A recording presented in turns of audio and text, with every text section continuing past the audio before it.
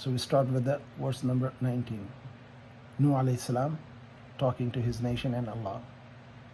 وَاللَّهُ جَعَلَ لَكُمُ الْأَرْضَ بِسَاطًا.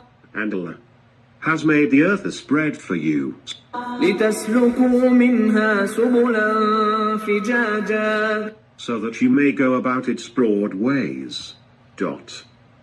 قال نوح رب إنهم عصوني واتبعوا من لم يزده ماله وولده إلا خسارا. And said Nuh, My Lord, they disobeyed me and followed him whose wealth and children added nothing to him but loss.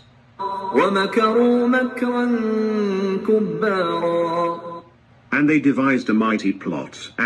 وقالوا لا تذرن آلهتكم ولا تذرن ودا ولا سواعا ولا يغوث ويعوق ونسرا.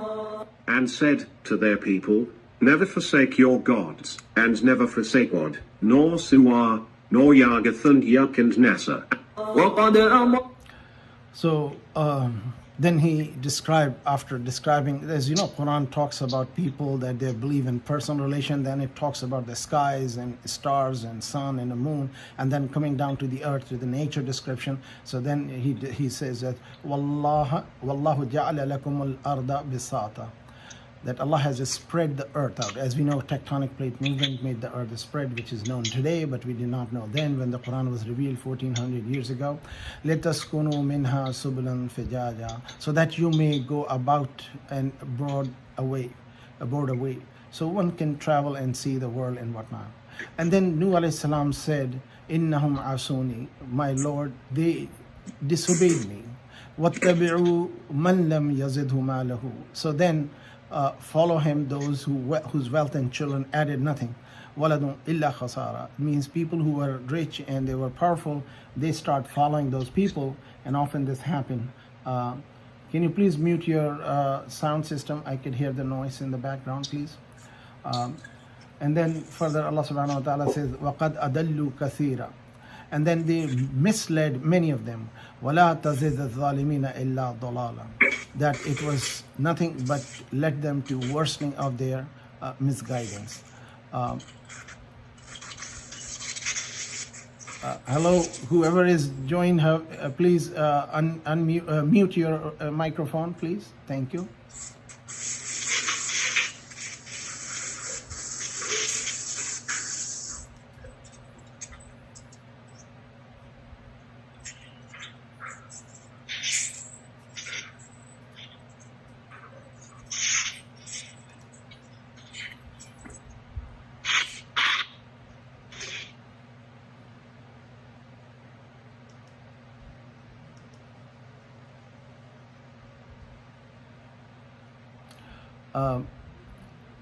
وَمَكْرُوا وَمَكْرًا كُبَّارًا, and then they devised in a mighty plot against Nuh alayhi salam. وَقَالُوا لَا تَذُرَّنَّ آلِهَتُكُمْ وَلَا تَذُرُّنَّ وَدًّا, and they told their rich people, or those who were influential people against Nuh alayhi salam, they told their nation that do not forsake your gods. These are the four wise men. They were the four righteous, pious people who had died, and the shaitan appeared to them, according to one of the interpretation from the Tafseer or the exegesis, that they were four men. When they died, they were very righteous and pious. One of the name was Wad, Sawa, and Yaghuth, wa Ya'uq, and Nasr. So Wadda was one of the righteous, pious person. Sawa was another, Yaghuth, wa Ya'uq, and Nasr. These were among them, they were women or female righteous people. So Shaitan appeared to them and told them, because the nation was in grief after their death, so they did not know what to do. So he appeared to them as a wise man, and he told them, since these people, righteous, pious people, have passed away, so why don't you remember them by making carves or structures of their body, a structure, and put them in the center block in the crossroad, and when people will come and go, they will see them. So they thought it was a good idea, and they did not intend to worship them. But this is how the shirk and idol worshipping started. And so what they did is they put them in the street, main square, where all crossroads will come. So whoever will pass by that path, they will see these idols. And after some time, or maybe a generation or so, they start putting some, flowers, some food, some things as a devotion, sign of devotion to them.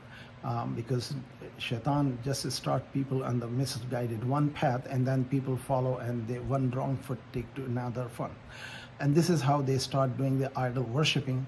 And this is where the Wadda, Sawa, Yaghuth, Ya'uq, wa Nasr. These are the 5 idols which they were created, and over time people start worshipping them, start offering them the food. And there was nothing wrong with those 5 people. They were righteous people, but when they died, people start making their symbols, and later on they start asking them and worshipping them and devoted to them, even though these structures have nothing to do with them. So this is how the little wrong lead to the big wrong, and this is how Islamic scholarship is very serious about having the picture of Prophet or the righteous people or the people of some honor and dignity, or what being respected. So because people then start assimilating images of those and start talking to those images, and then start worshipping those images, and this is something which leads to shirk and further destruction of the ideal and ideology. This was something very significant to know. People often go to the Rawda or the graves of the righteous people, and they start doing the sajda to those graves, which is forbidden in Islam.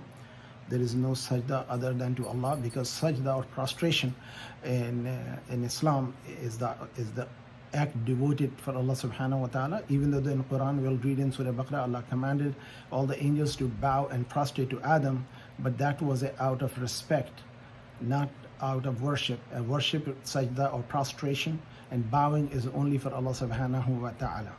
And with that, many people start, after generations, start asking these deceased pious people personally, directly, which Allah has given them the ability to be honorable and respectable, but that's not supposed to be replacing Allah subhanahu wa ta'ala, and supplication is to Allah subhanahu wa ta'ala. We can use the wasila of those righteous and pious people, but they should not be worshipped, their graves should not be circumambulated, and we should, even when some people out of devotion and respect, they want to bow, to touch and kiss the grave out of love and respect. But as a Muslim, we are told, try to be very careful. You know what, somebody watching you when you are down touching the grave, and it may appear to other person that you're doing a prostration, and then they start making a mockery, and some maybe start doing that too. So we have to be very careful about that. Let's listen to the next verse, verse number 23. وقد أضلوا كثيرا ولا تزد الظالمين إلا ضلالا.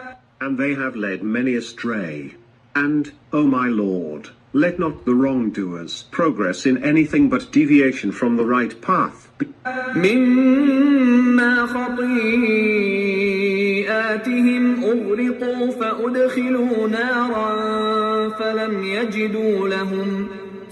يجدوا لهم من دون الله أنصارا. Because of their sins they were drowned, and then admitted into the fire. So they found no helpers for them besides Allah. So, next verse 24, Allah says, وَقَدْ أَدَلُّوا كَثِيرًا. And this act of idol worshipping led many to be misled and misguided. And as we know that if somebody does something wrong, and the children and then other friends and family followers, they start following them, and that's what leads to the problem with them. So Allah subhanahu wa ta'ala is describing وَلَا تَزِدِ الظَّالِمِينَ إِلَّا ضَلَالًا. And that wrongdoing progresses in the anything deviation from the right path. So first step is to be taken right or wrong, and then the next step follow the first step. مِمَّا خَطِيئَتْهُمْ وَأَغْرِقُوا. So because of their sins, khata'a, is a sin what they did. أو أغرقوا فأدخلوا نارا. There are two punishment came to them. There are two types of sin. One was they were killed by drowning, and then they were admitted to the fire. So they found no help for themselves beside Allah. So there's no help always. There's no help beside Allah's help. While we are on this topic, let me just slightly bring up to this issue. In Pakistan, there is a flood right now, and other nations have been drowned with the flood. A lot of people have died. Almost more than 100,000 people have lost their lives. Many were drowned, many were buried, many were flooded away. Livestock and all those millions of animals and household and everything is lost. Almost entire homes which is made of the mud, because two reasons. One is they were made in wrong place. It is in the path of floodway, and second thing is that there was no proper planning and there was no foundation built properly to sustain the water flow. Next question thing. So there is a martyrdom. When a Muslim dies, whether flooding or drowning, they are one of the stages of martyrdom. So if a Muslim dies because they are believer, Allah subhanahu wa ta'ala will treat them like a martyr. So a Muslim who's down in the flood and other reason or death, there are 40 grades, as I said, in the battlefield is at highest most. So if they are died, they are considered martyrs in Islam. So do not think they have been punished by Allah subhanahu wa ta'ala. If a non-believer, which is described about the people of Nooh alayhi salam, they were in the punishment of Allah because they were warned for so long and they disobeyed. And we know that the natural calamity, weather changes happen to everybody and in every nation, such as Indonesia has thousands of tsunamis and earthquakes and volcanic eruption, and people have died there. So it doesn't mean that they are sinners. They are 93% Muslim population. Allah subhanahu wa ta'ala put every nation through the trial and turbulence. The main thing is at the time of death, the person had an iman on Allah or not. As Allah says, every soul have to taste the death will come. Whether the person dying at that moment that person was in a state of iman or not, that is very crucial and important. May Allah subhanahu wa ta'ala give us life in Islam and death in iman. Let's listen to the verse number 26 and to 28. وقال نوح رب لا تذر على الأرض من الكافرين ديارا. And said Nooh, my Lord, do not leave on earth even a single inhabitant surviving out of the disbelievers. إنك إن تذرهم يضلوا عبادك ولا يلدوا إلا فاجرا كفارا. If you leave them surviving, they will lead your servants astray and will beget none but a sinful disbeliever.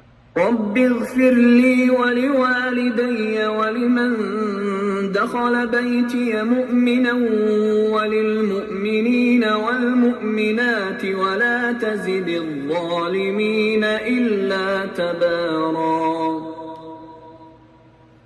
My Lord, grant pardon to me and to my parents, and to everyone who enters my home as a believer, and to all the believing men and believing women, and do not increase the wrongdoers but in ruin. Bismillah.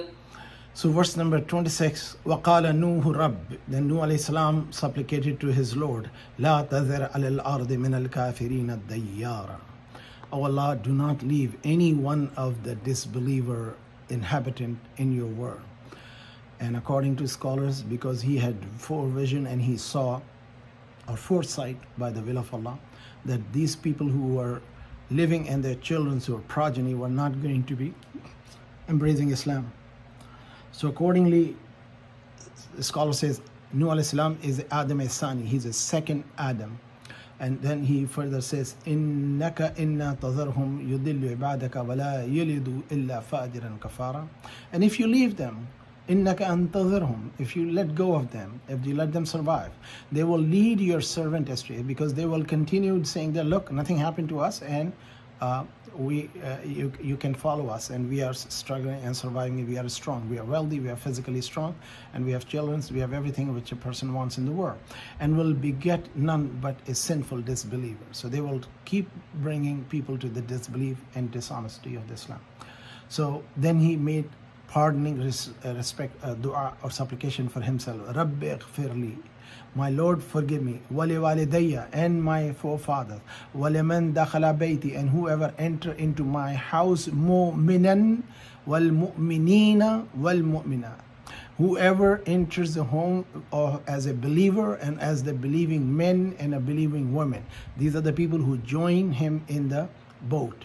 And وَلَا تَذَرَ الظَّالِمِينَ إِلَّا تَبَارًا, and do not let any one of the disbeliever live or to increase the wrongdoer, but in ruin. So this is what he made the supplication. رَبِّ اغْفِرْ لِي وَلِوَالِدَيَّ وَلِمَنْ دَخَلَ بَيْتِي مُؤْمِنًا وَلِلْمُؤْمِنِينَ وَالْمُؤْمِنَاتِ. According to scholars, we know that his wife was not accepting the Islam. She had disbelieved. And also his one son, who thought, when we heard other place, he had 5 sons or 4 sons, and of those, one drowned, and he was among the disbelievers.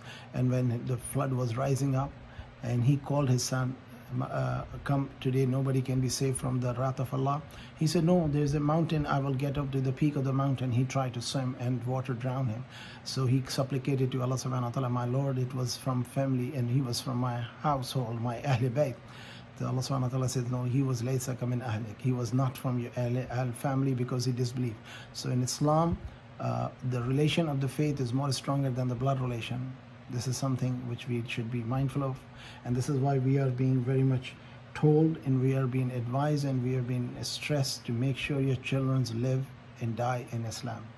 And we have to do very special training, and once they are grown to the adult age, when they are able to be married, then we sit down with them and we tell them, son and daughter, and I trained you, I taught you whatever I was supposed to. I gave you the knowledge of how to make a righteous income.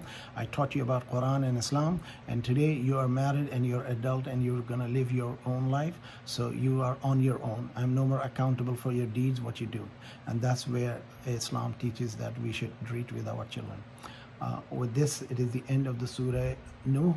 It's a very powerful surah. The supplication is very powerful because Prophet cursed his nation.